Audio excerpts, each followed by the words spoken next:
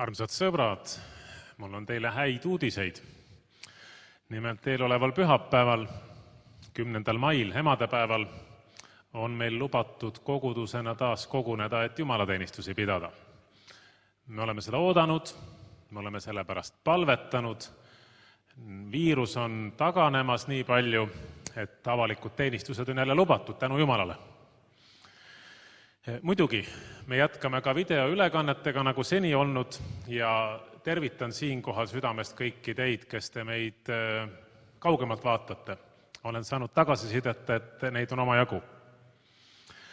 Teisipäeval, kui tuli see luba valitsuselt, et jumalateenistused võivad jälle kokku koguneda inimestega koos, oli päeva kirjakohaks Jeremiia 31. peatükist väga prohvetlikud sõnad.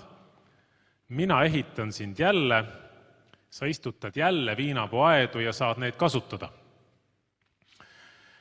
Nii et me tuleme kokku, aga midagi on ka teistmoodi. Meil tuleb järgida 2+2 reeglit ja desinfitseerida käsi. See viimane asi on lihtsam, meil on siin foajees iga välisukse juures, kui sisse tulla, olemas nõud, anumad, kus seda võtta.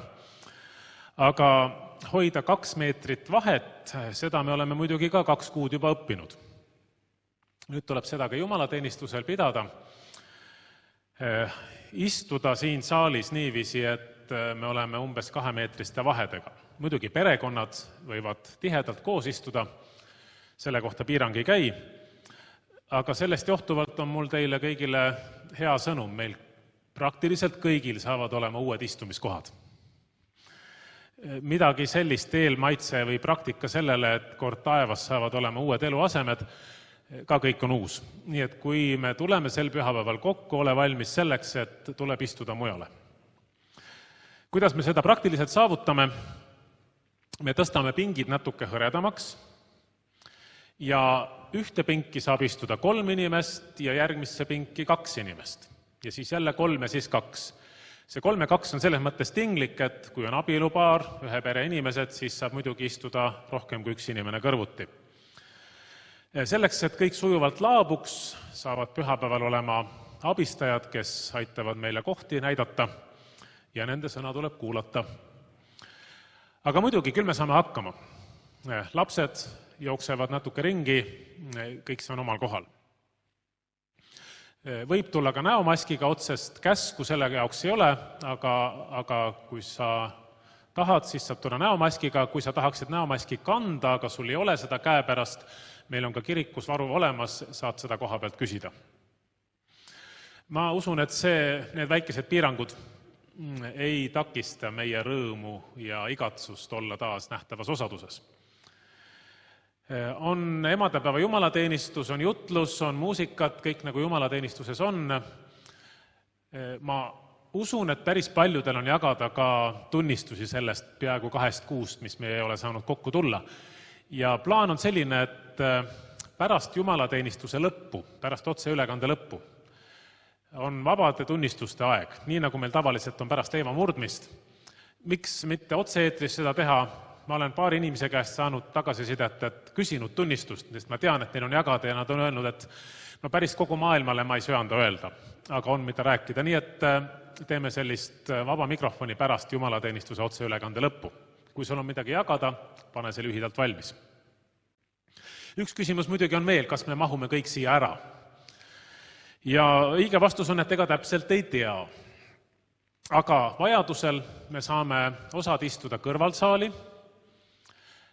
ja samuti saab istuda foajee rõdule, kus meil on kohvikuala, sinna heli kostab, pilti ei tule, väiksesse saali tuleb ka pilt. Eks me õpime kõike seda esimese kogunemise pealt. Võib juhtuda, et tulevikus peame mõne teenistuse hoopis maja ees pargis, kui ilmad veidikene soojemad on, sinna me mahume kindlasti kõik ära. Aga rõõm on sellest, et me võime näha sel pühapäeval paljusid juba näost näkku. Järgmise nädala sees saavad siin hoones toimuma ka juba noorteteenistused, noorteõhtud ja elu läheb tavalisemasse rütmi tagasi. Aga tulen lõpuks veel selle kirjakoha juurde tagasi, Jeremiia 31. Jumal ütleb, mina ehitan sind jälle. ma olen sind armastanud igavese armastusega, seepärast jääb mu osadus sinuga. Jumal on meid kriisi ajal läbi katsunud. Ta on meid pillutanud, ta on meid meeleparandusele kutsunud, aga Jumal kinnitab oma sõnas, et tema kavatsused on kõige sellega olnud head. Ta lähtub armastusest ja tal on soov olla meiega taas osaduses. Ja see kirjakoht jätkub sealsamas. Tema, kes pillutas Jumala rahva, kogub ja hoiab teda nagu karjane oma karja. Meil on hea karjane, armsad.